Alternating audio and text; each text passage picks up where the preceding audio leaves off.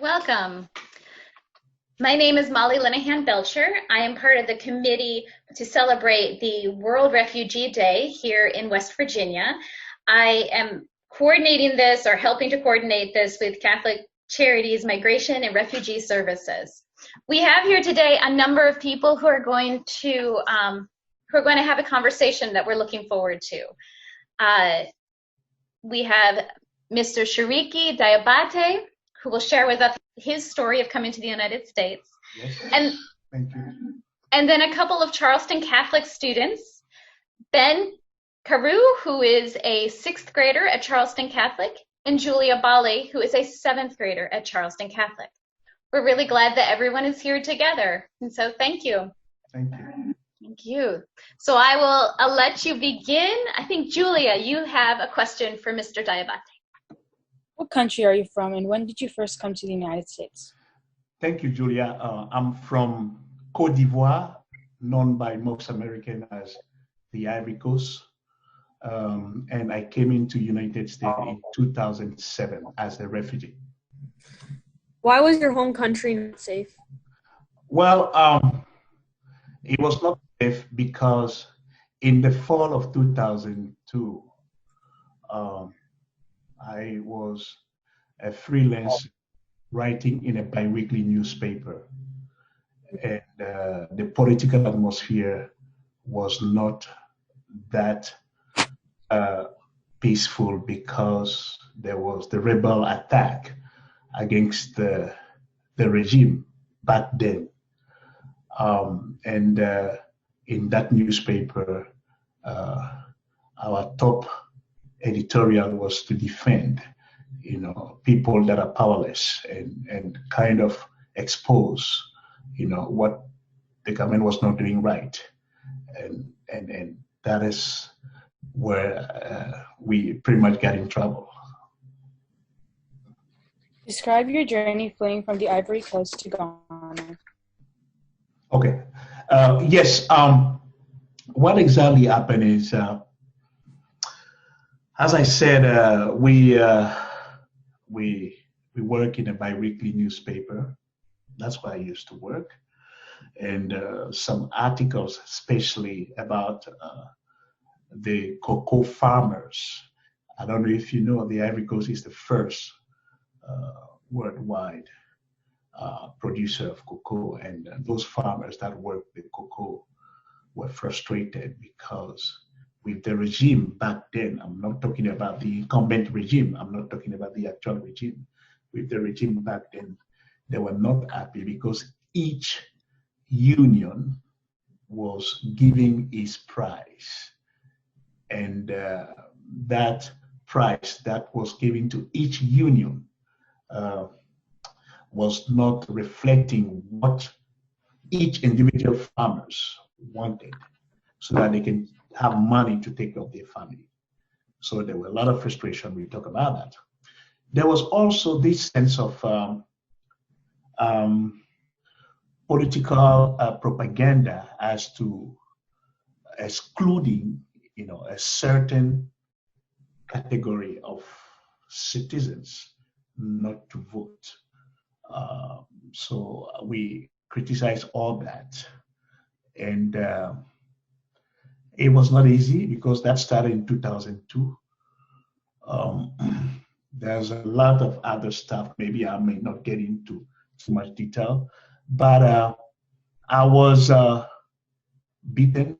I was first of all threatened because the newspaper where I used to work, we used to gather and try to talk about the editorial, what we need to write in a specific week, because it was a bi-weekly newspaper. We couldn't gather because we were threatened. People were waiting for us. People know us. People would ambush us, sort of, just to attack us because of our political opinion.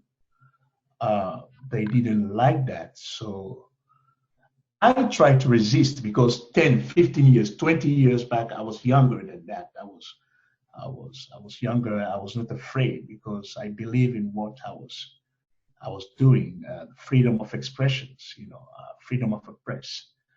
I was not, a couple of times ran into a couple of them fights, but was able to to run away because you don't want to keep too long, fighting with those folks. So here and there, I used not to sleep even in my apartment because they know where I used to live. So I would sleep to a friend, I would sleep to another friend. So I did that pretty much, till I would say 2004, where it was not easy because there was a system where sometimes at the police checkpoint, if they are on look for people, again, as I said, there's a lot of details, but at the police checkpoint, the police that you're supposed to rely on, sometimes, they are mingled into the system, and you don't know what's going on.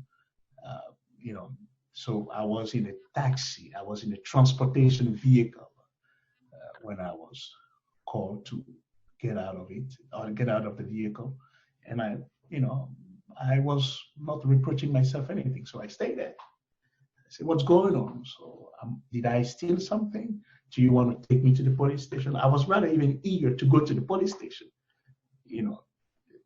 because right, I can defend my right. But that was not the case. That was not the case. And the rest, I have to run for my life. And that's what happened. And I finally find myself in Ghana.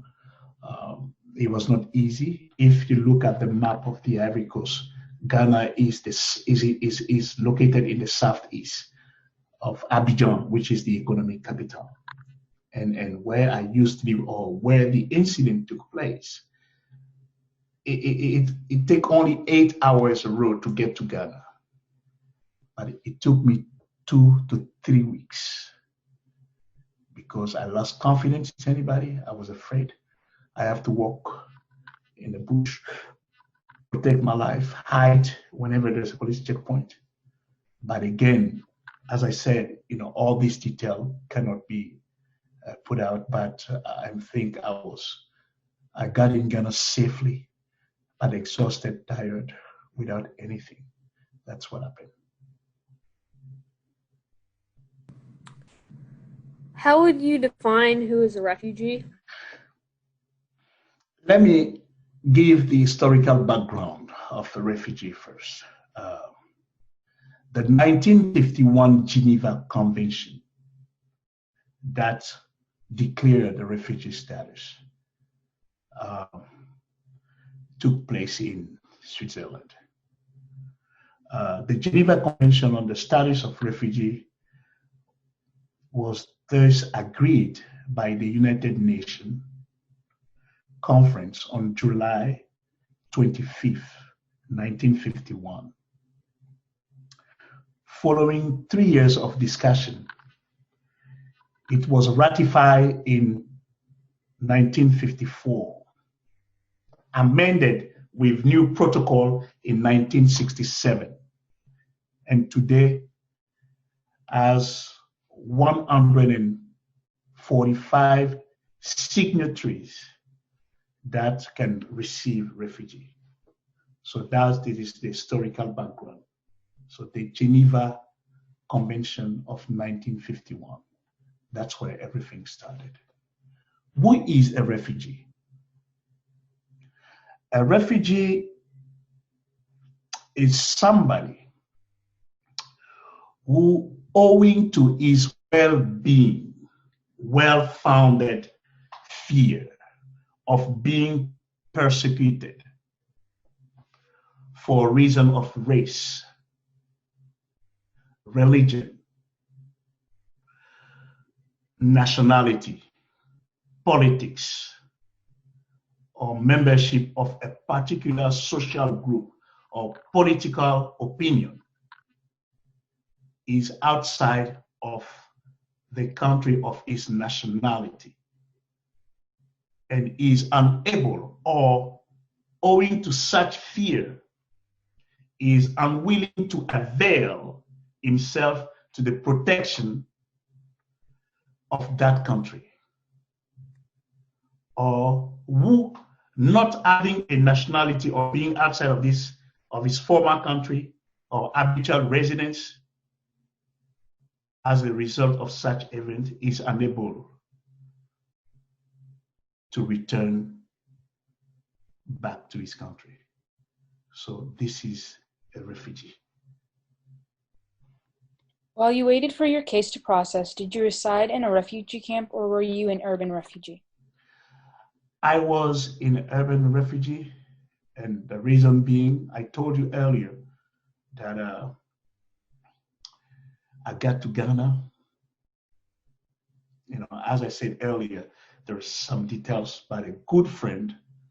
I won't mention the name here, American especially, helped me out. When I get to Ghana, there were 2 or 3 organizations already aware. They thought even I was dead. But because of that good friend, an email was sent out.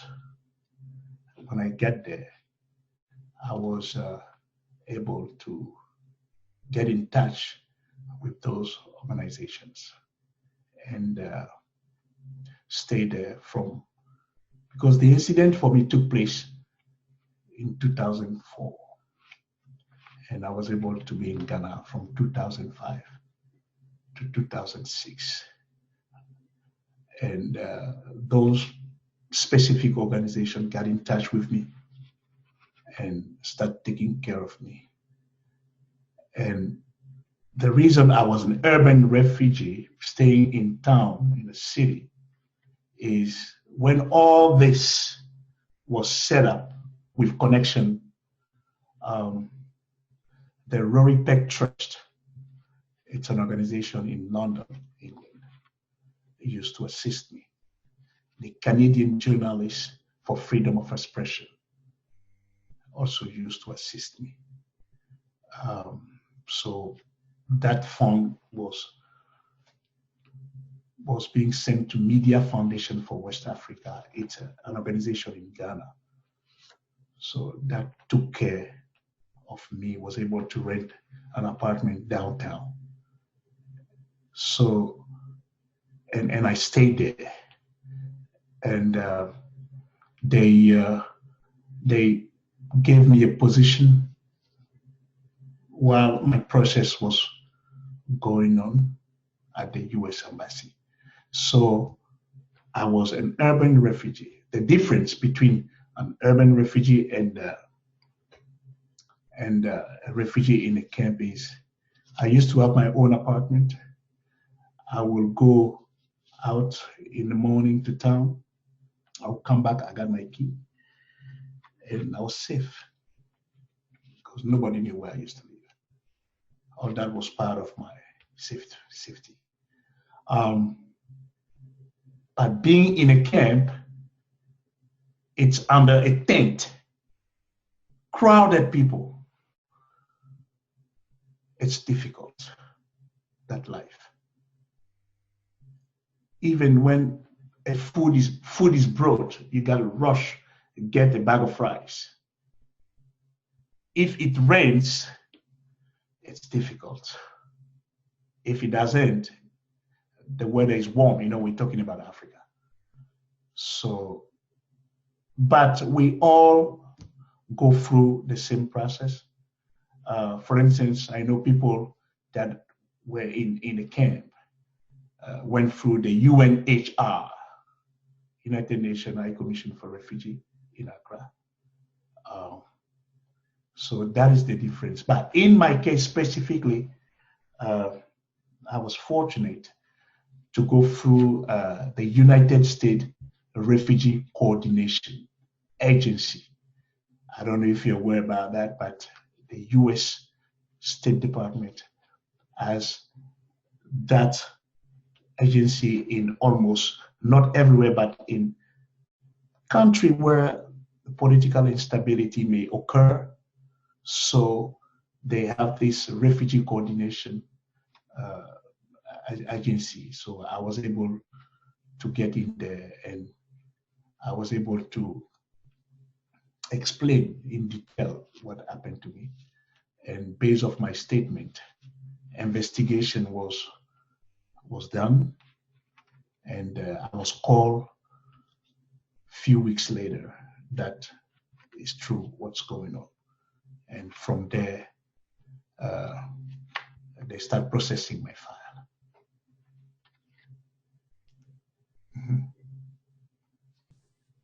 All right. Thank you for sharing that. How long did it take for your case to process before you came into the USA? Okay, I would say close to a year. Close to a year. We've heard some leaders in this country, saying that the refugees are not vetted. I don't want to get into politics again, but I've been in this country the last 10 years. But that is not the case. Refugees are well vetted. I can guarantee that I'm one of them. Yeah. So as I said earlier, at the U.S. Embassy in Ghana, I was received by the U.S. Refugee Coordination Program at the U.S. Embassy in Accra. The investigation, after my statement, the investigation took 3 to 4 months. And in between, interviews. After that, when they were ready to process my case, I have to do what we call the health pre-screen. I have to go through HIV tests, TB tests, chest X-ray, pre-departure anti-malaria, and deworming treatment. All that, you name it. I went through all this. And it took 4 months. So this is already 7 months.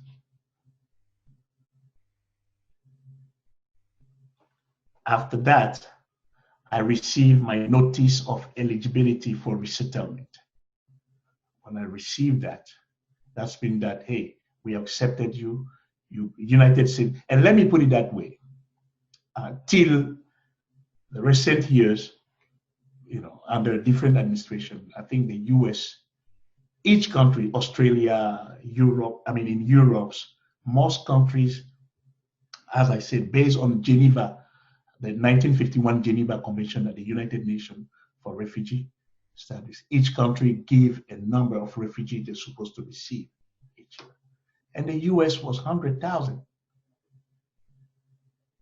Under George Bush, under Obama, was still the same, but it was drastically reduced under this new administration. So when I received my notice of eligibility for resettlement, I found out that I've been accepted by the United States to resettle as a refugee. That was one of the greatest moments of my life. I cried that day because I know what I was up to. I cried, even though I was still in Africa, but it was a big, I remember they will give the letter to a security guard, and you won't get in on the premises of the US Embassy, but they will give it to a security guard and will hand you over the letter. And this security guy told me, please go put this letter under your mattress. Don't lose it. This is your future. I remember quietly. Didn't know anybody, but my case was accepted. So roughly, this is 7 months that's been going on now. So after the health pre-screen, I got my notice of eligibility. I don't know the US culture. I'm from Africa. We needed to go through orientation. Learning about the American culture, the American society, the American government. And that took 2 months. And that was concluded by a test. You see how refugees are vetted? Just to tell you, what you heard was not the correct answer. Refugees are well vetted. So after that, there's what we call the travel arrangement. That took 2 months. So that is almost 10 months already. The travel arrangement is to look for a sponsor. As I said, Virginia Churches of Council. I was this is what happened. The United States immigration will, review the case and accept. But when it comes to your integration, social integration, they will look for charities like Catholic charities. They look for non-governmental organizations, that can help those refugees, acclimate, or these refugees, integrate, specific society they are bringing them in. So there was the administrative part from the U.S. immigration, but as soon as they accept you and you're getting ready to go, all that stuff. So now they put in charge non-governmental organizations, churches, big organizations that can help that process. So mine was the Virginia Churches of Councils. So that takes 2 months. So this is almost 10, 11 months. So almost a year, I went through all this. And I received my flight through that 2 months of travel arrangement. And I departed Kotoka International Airport from Accra. I won't forget that day. On Tuesday, January 23rd, 2007. So that was the process. It took almost a year. What were some culture shocks that you experienced when arriving in the U.S.? First of all, I've never seen snow. It was my first time to see snow. That was the biggest. I got to BWI, and one of the coordinators from the refugee office in Hagerstown, Mary Beth, was waiting on me with my name. And I got out of the airport. And I said, "Is that a white sand?"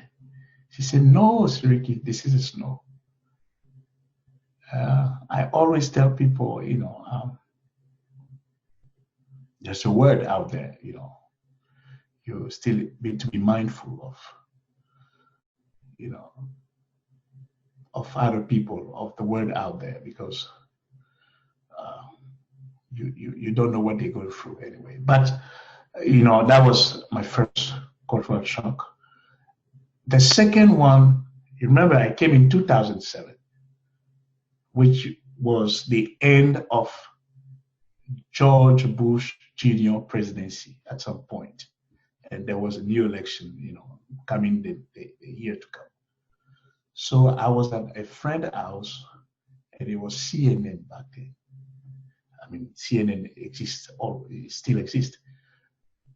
And there was a commentator that was criticizing politically, President George Bush.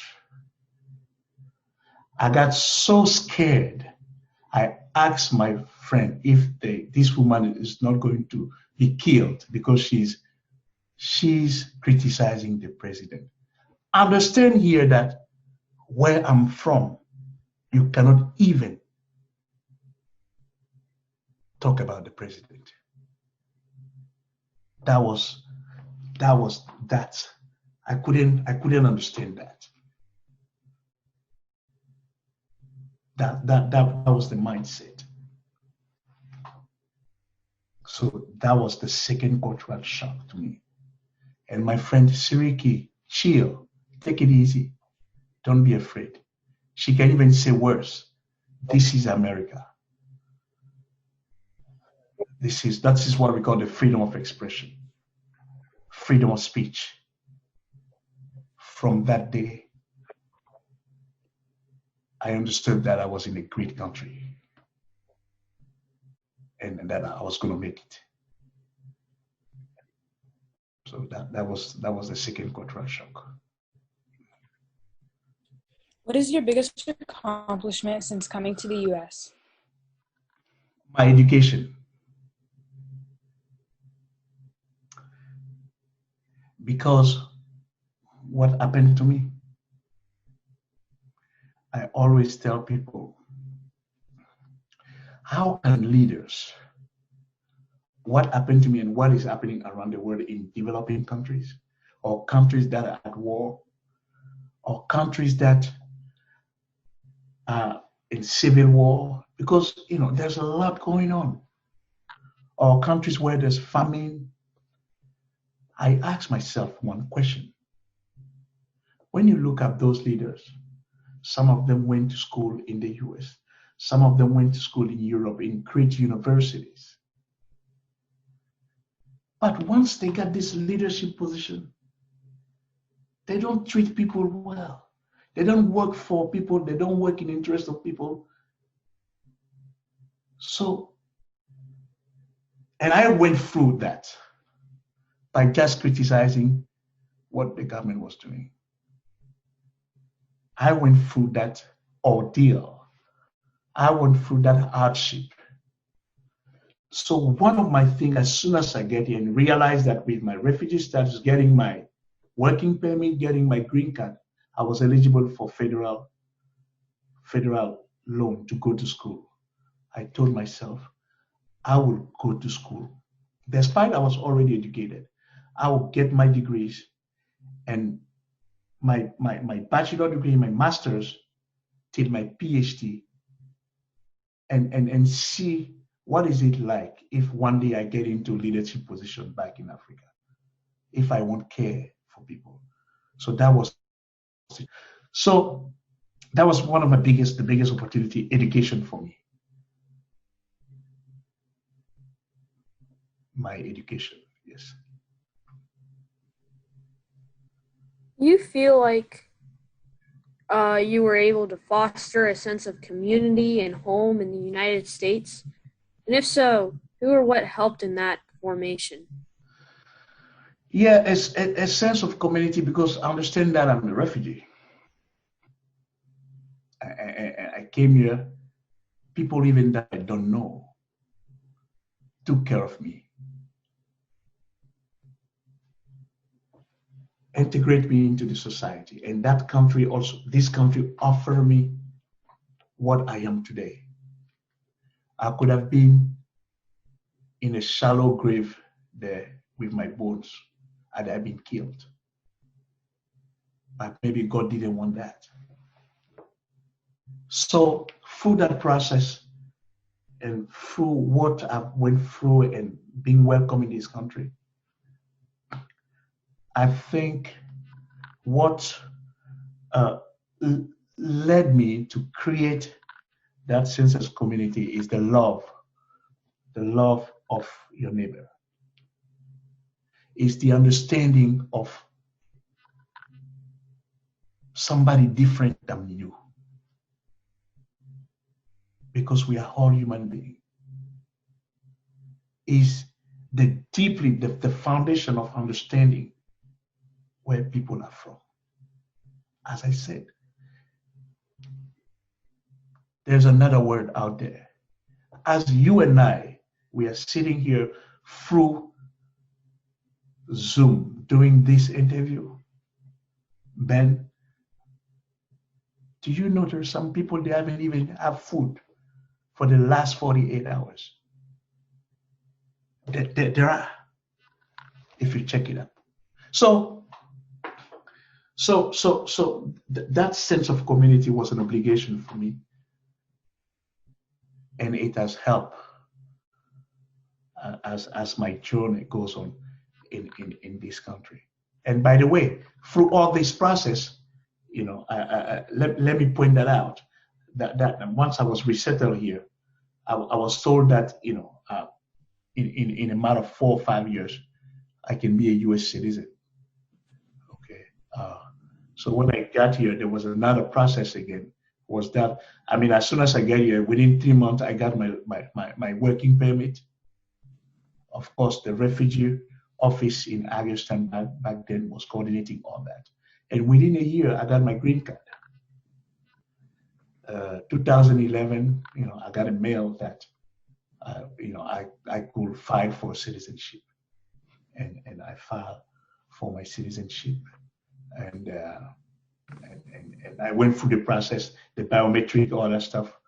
And I went through some question about the US government. And I would never forget that.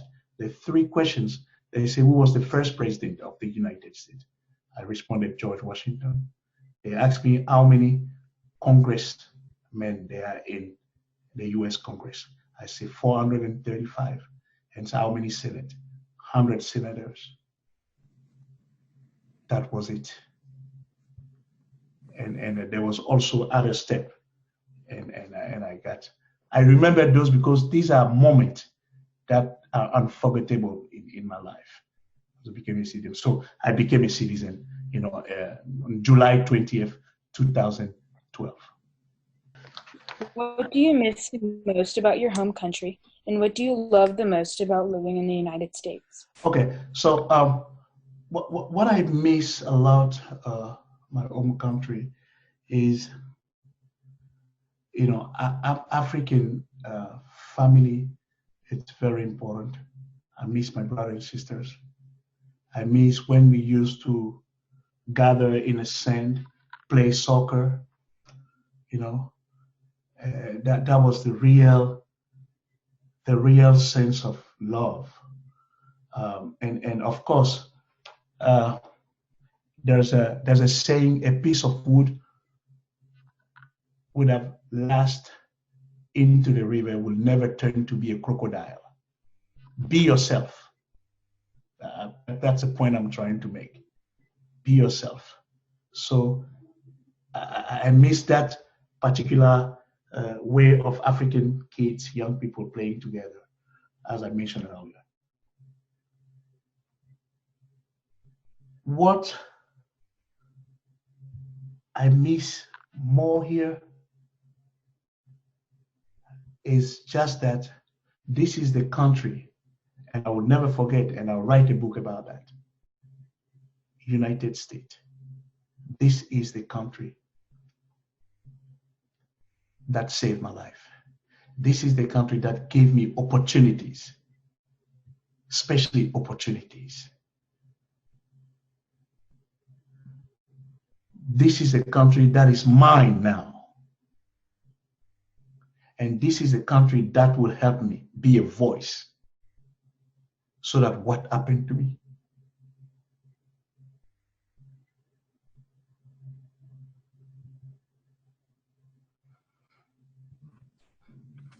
never happen again.